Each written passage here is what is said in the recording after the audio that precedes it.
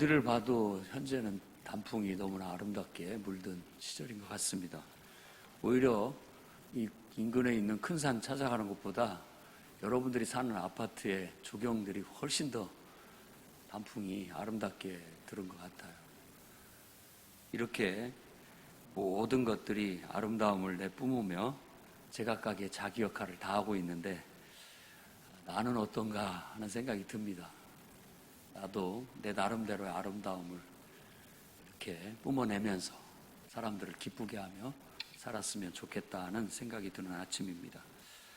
저는 오늘 이 룻기라는 이 아주 아름다운 이야기를 통해서 여러분께 하나님의 말씀을 전하고자 합니다. 오늘 우리가 읽은 말씀은 보아스와 룻이 결국 결혼하게 되었고 거기에서 하나님이 잉태하게 하심으로 아들을 낳아 너무나 기뻐하는 그런 내용이 나오고 있습니다. 나옴이라는 그 룻의 시어머니가 다시 고향 땅 베들레헴으로 돌아왔을 때에는 네가 정말 나옴이 맞냐? 10년 세월이 지나고 나서 본 나옴이는 너무나 안타깝게 초라하게 보였었던 것입니다. 그래서 네가 정말 나오미가 맞냐? 라고 그렇게 했던 이웃 여인들이 이번에는 그가 아이를 품에 안았을 때 바로 그 아이를 품에 안게 하신 하나님을 찬양하고 그 아이에게 축복하고 또 나오미에게가 품에 아이를 안았다라고 그렇게 말하면서 함께 축하하고 기뻐하는 모습을 보여줍니다. 그래서 이름이 오벳이라고 하게 되었다는 것입니다. 이 오벳이라는 단어는 아바드라는 단어에서 나온 것으로서 섬기다, 봉사하다라는 말인데 앞에 바로 이 노년의 이 나오미의 봉양자라는 그런 의미를 담고 있는 거예요. 이 아이 때문에 너는 이제 살게 될 것이다. 이 아이가 너에게 복덩이가 돼서 너를 돌봐줄 것이다. 이 아이가 너의 평생에 이제 네 삶을 잘 축복으로 이끌어줄 것이다 라는 그런 의미로서 오벳이라고 그 이름을 붙이게 된 겁니다. 우리말로 한다면은 보호자 이런 의미, 공급자라는 그런 의미로 해석해 볼 수 있겠습니다. 결국 그 오벳은 다윗 왕의 할아버지가 됩니다. 저는 이 이야기를 통해 다음과 같이 하나님 말씀을 여러분에게 전하고자 합니다. 첫째는 사랑과 충절을 본받아 실천하며 살아봅시다. 룻기는 아주 짧지만 보석 같은 이야기예요.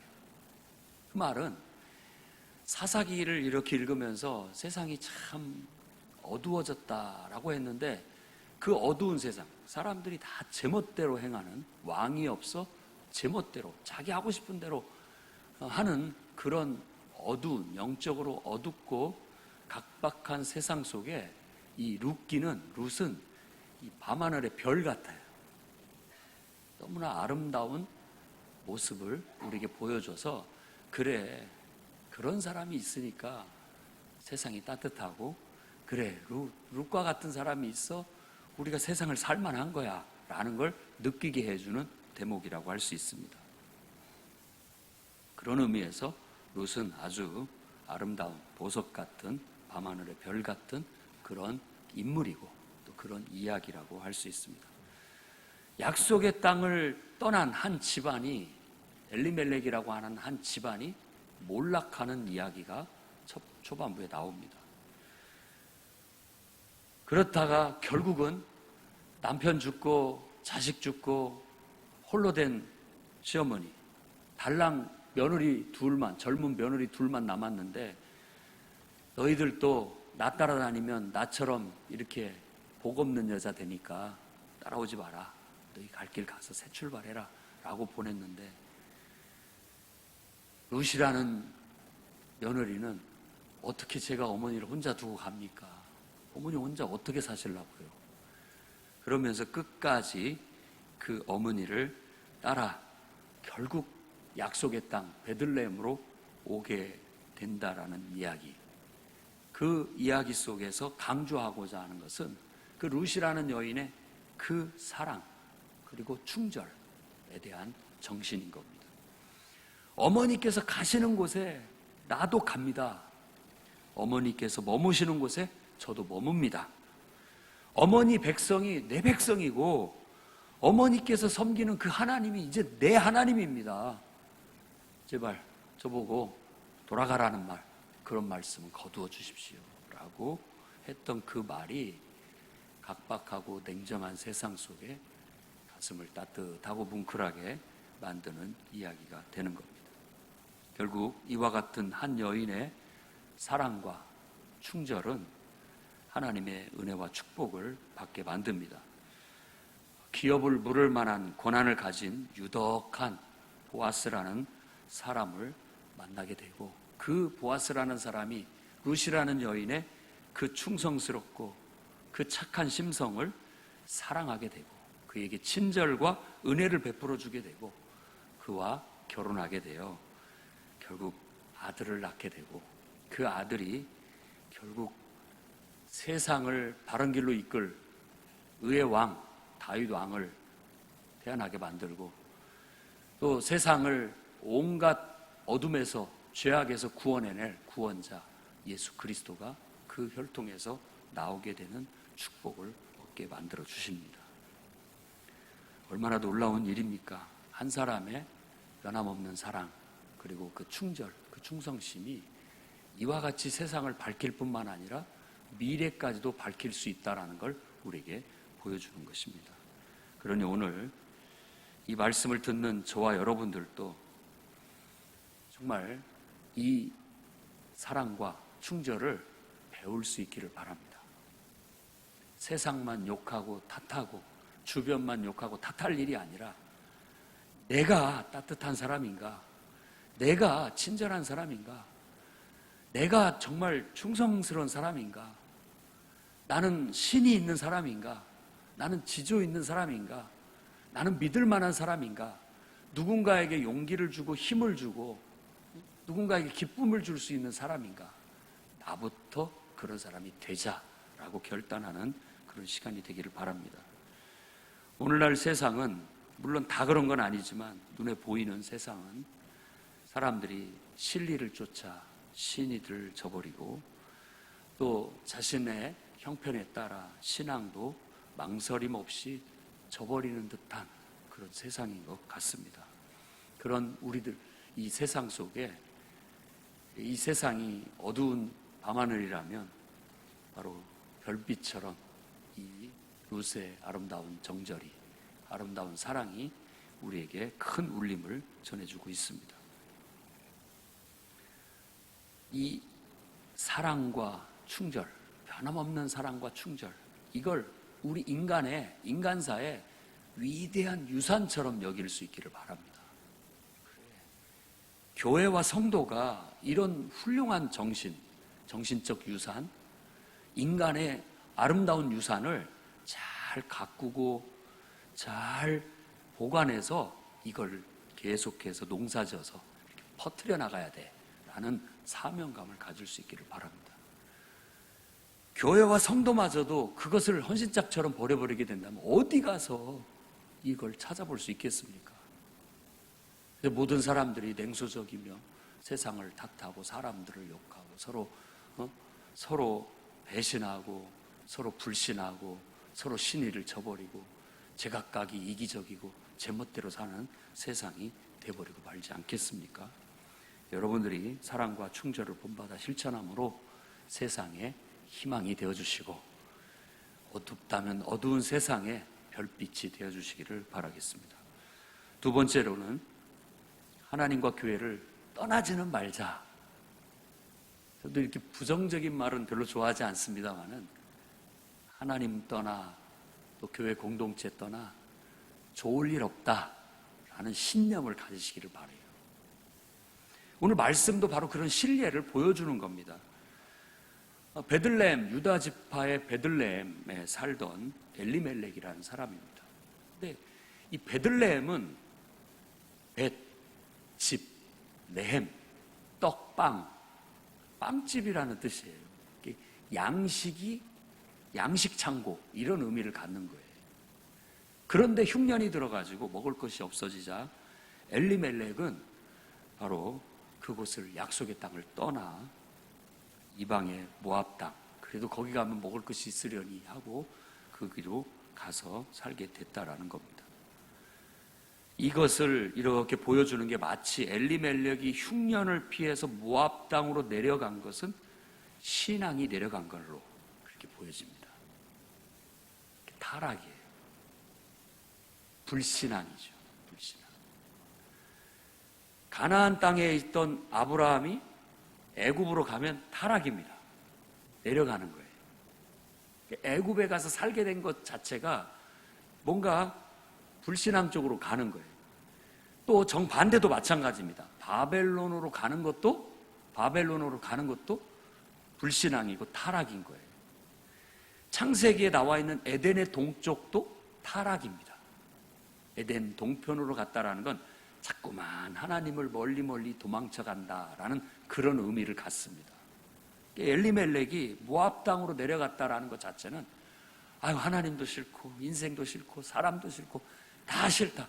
어디 모르는 곳에 가서 그냥 한번 내 마음대로 내 편하게 한번 살아보겠다라는 그런 마음인 것은 같은데 이해는 합니다만은 그것 자체가 자기 생명줄을 끊는 것이고 자기 인생을 마치 그 망망대해에 표류하게 만드는 방황인 거예요. 우주 공간에 이 생명줄을 끊겨서 무작정 표류하는 인생처럼 그런 당황스러운 상황에 처해지게 되는 겁니다.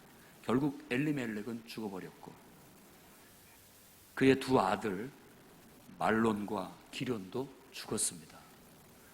엘리멜렉은 하나님은 나의 왕이다 라는 뜻입니다.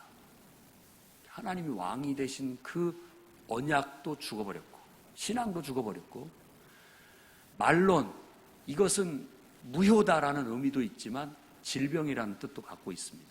그러니까 결국은 영적으로 병들게 되고 또 기련, 이건 황폐라는 뜻입니다.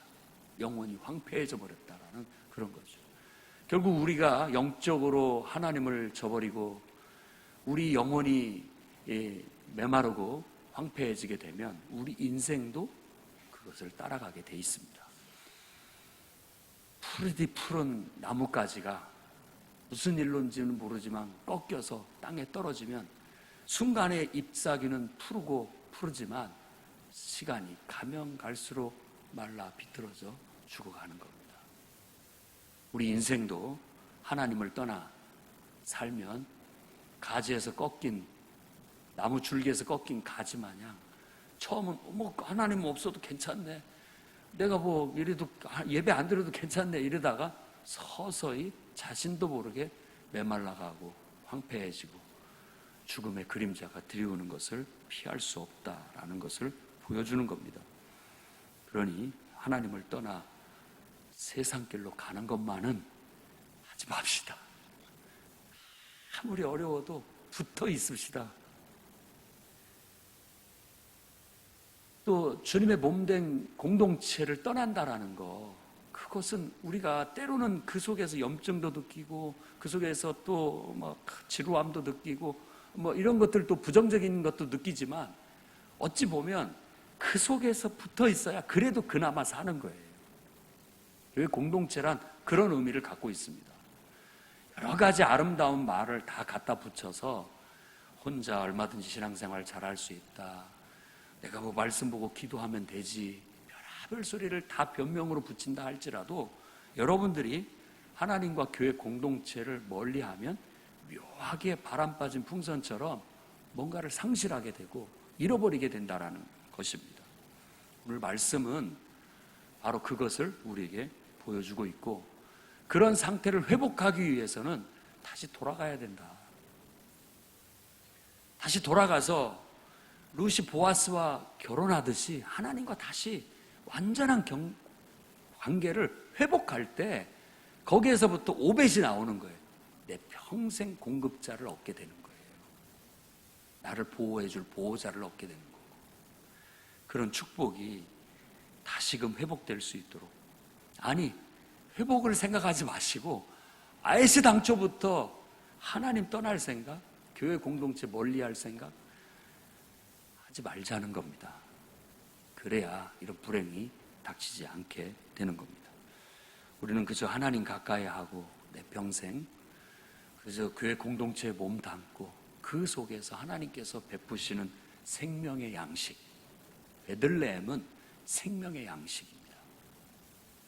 그곳에서 하나님의 생명의 양식을 공급받고 산다라는 그런 소박하고 단순하지만 룻처럼 변함없는 성실함과 충직함을 갖는 그런 성도들이 되시기를 바랍니다.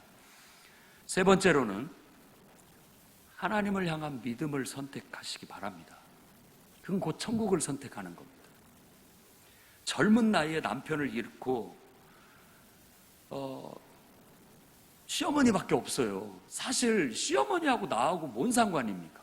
따지고 보면 남편도 없는데 어찌 보면 그런 의미잖아요. 완전히 남남 아니에요.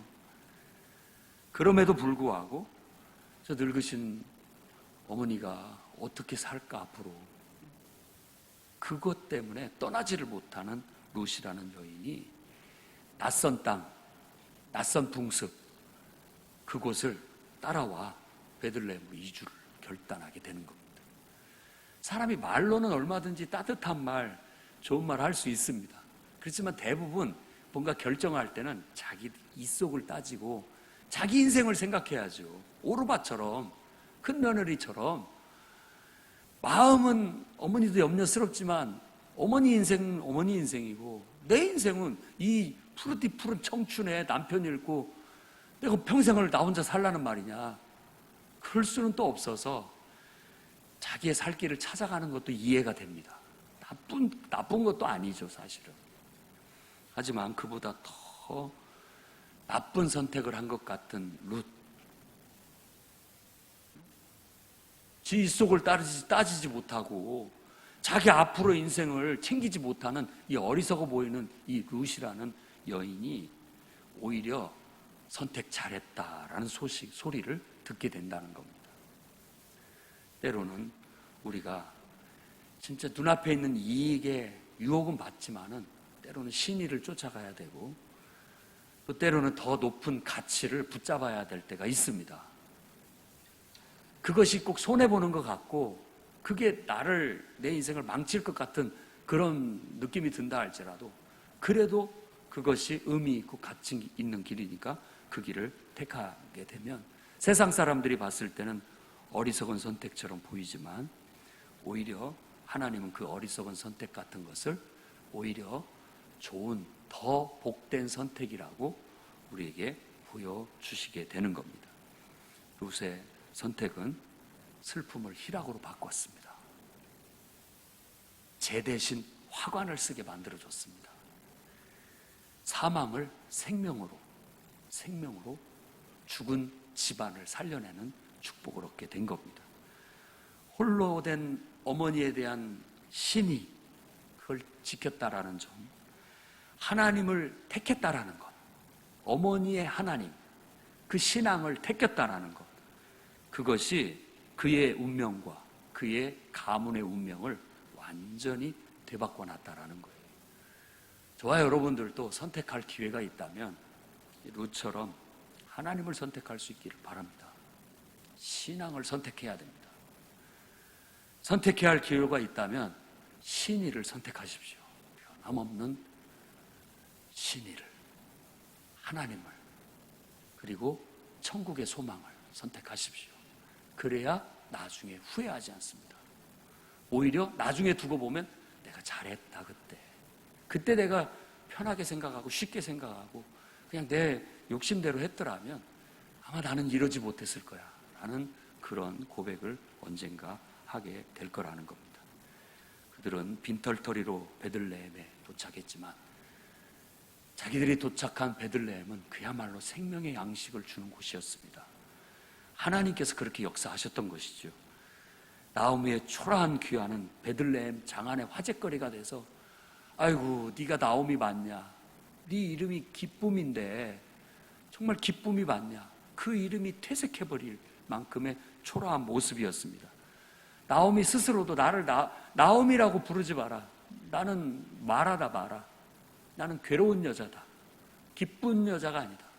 괴로운 여자다라고 그의 상실감을 표현했습니다마는 오히려 자신들의 잘못된 길에서 돌이켜 하나님께로 돌아온 나오미와 룻에게 하나님은 은혜와 축복을 베풀어 주십니다. 그렇게 보아스의 입을 통해서 말합니다. 하나님은 그분의 날개 그늘에 피하러 온 너 룻, 너를 복 주시기를 바란다. 결코 외면하지 않기를 바라신다 라고 했는데 그 말 그대로 하나님은 그분의 날개 그늘 아래 피하러 온 나오미와 룻에게 굶지 않게 하셨어요.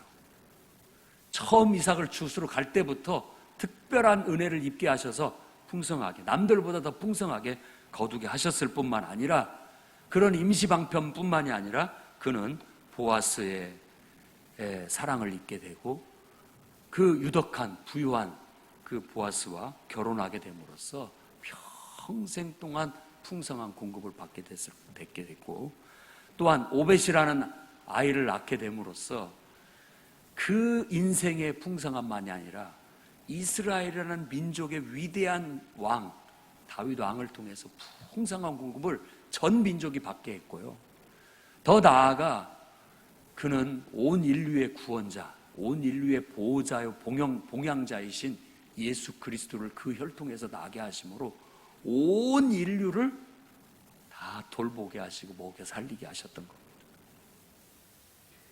이게 바로 그의 선택에 따라 달라질 수 있었다는 것을 오늘 우리가 기억하고 저와 여러분은 선택할 기회가 있다면 하나님에 대한 믿음을 선택하고 내가 선택할 기회가 있다면 천국을 선택함으로써 나뿐만 아니라 미래에 나로 인해서 영향을 받을 모든 사람들에게 여러분이 정말 생명을 공급하는 그런 값진 인생이 되시기를 주의 이름으로 축원합니다. 기도하겠습니다. 거룩하신 주님,